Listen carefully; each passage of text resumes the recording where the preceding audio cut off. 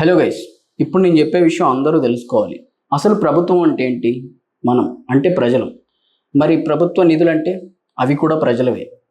మరి ఈ ప్రభుత్వ నిధుల్ని ఎప్పుడు ఎక్కడ ఎలా ఖర్చు పెట్టాలి అని ఎవరైనా ఎప్పుడైనా ఆలోచించారా? పొద్దున్న లెగిస్తే మన జీవితం ఏంటో మనకే తెలియదు. సరే, ఇప్పుడు విషయం ఏంటంటే మనం జనరల్గా అక్కడక్కడ కొంతమంది ఉన్నతమైన గొప్ప వ్యక్తుల విగ్రహాలు, అలాగే ప్రజల గుండెల్లో చిరస్థాయిగా నిలిచిపోయే రాజకీయ నాయకుల విగ్రహాలు కూడా చూస్తూ ఉంటాం. ఇప్పుడు అదేవిధంగా తమిళనాడులో డిఎంకే దివంగత నేత కరుణానిధి విగ్రహం పెట్టే విషయంలో దుమారం రేగుతుంది. అయితే ఈ విగ్రహ ఆవిష్కరణల కోసం ప్రజల ధనం వాడొద్దని కొంతమంది పిటిషన్లు వేశారు. హైకోర్టు కూడా ఆ పిటిషన్లకు సానుకూలంగా వ్యవహరించింది.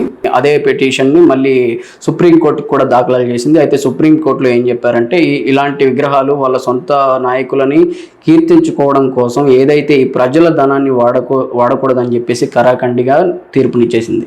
అయితే ఇక్కడ మేము మా ఐవీఆర్ మీడియా తరఫున మేము ప్రజలకు ఇదే విషయం మీద మేము ఒకవేళ చెప్పాలనుకుంటే మా స్పందన ఏంటంటే, మీ అభిమాన నాయకులు ఎవరైతే మీరు కీర్తించుకోవాలనుకుంటున్నారో, మీ మనస్ఫూర్తిగా మీ ఇష్టంతో పెట్టుకోవాలనుకుంటే మీ డబ్బులు ఏదైతే పార్టీలోంచి మీరుగా ఏదైనా ఫండ్స్ కలెక్ట్ చేసి పెట్టుకోండి. కానీ ఇలాగ ప్రభుత్వ నిధులు అంటే ప్రజల నిధులు ఏమాత్రం వాడకూడదని చెప్పేసి మా తరఫున ఐవీఆర్ మీడియా తరఫున చెప్తున్నాం. అదేవిధంగా మీరు చూసుకున్నట్టయితే ఆంధ్రప్రదేశ్ రాష్ట్రం అంతా కూడా, మన ఆంధ్ర రాష్ట్రం అంతా కూడా మన దివంగత నేత వైఎస్ రాజశేఖర రెడ్డి గారి అభిమానులు ఎంతోమంది తమ సొంత ఖర్చులతో విగ్రహాలు పెట్టిన సంఘటనలు మనం చాలా చూసాం. ప్రజల డబ్బుని ఖర్చు పెట్టకుండా మీ సొంత అభిమానం కోసం ఏదైనా చేసుకోవచ్చు. Thanks for watching IVR media. Please do like, share and subscribe to our channel.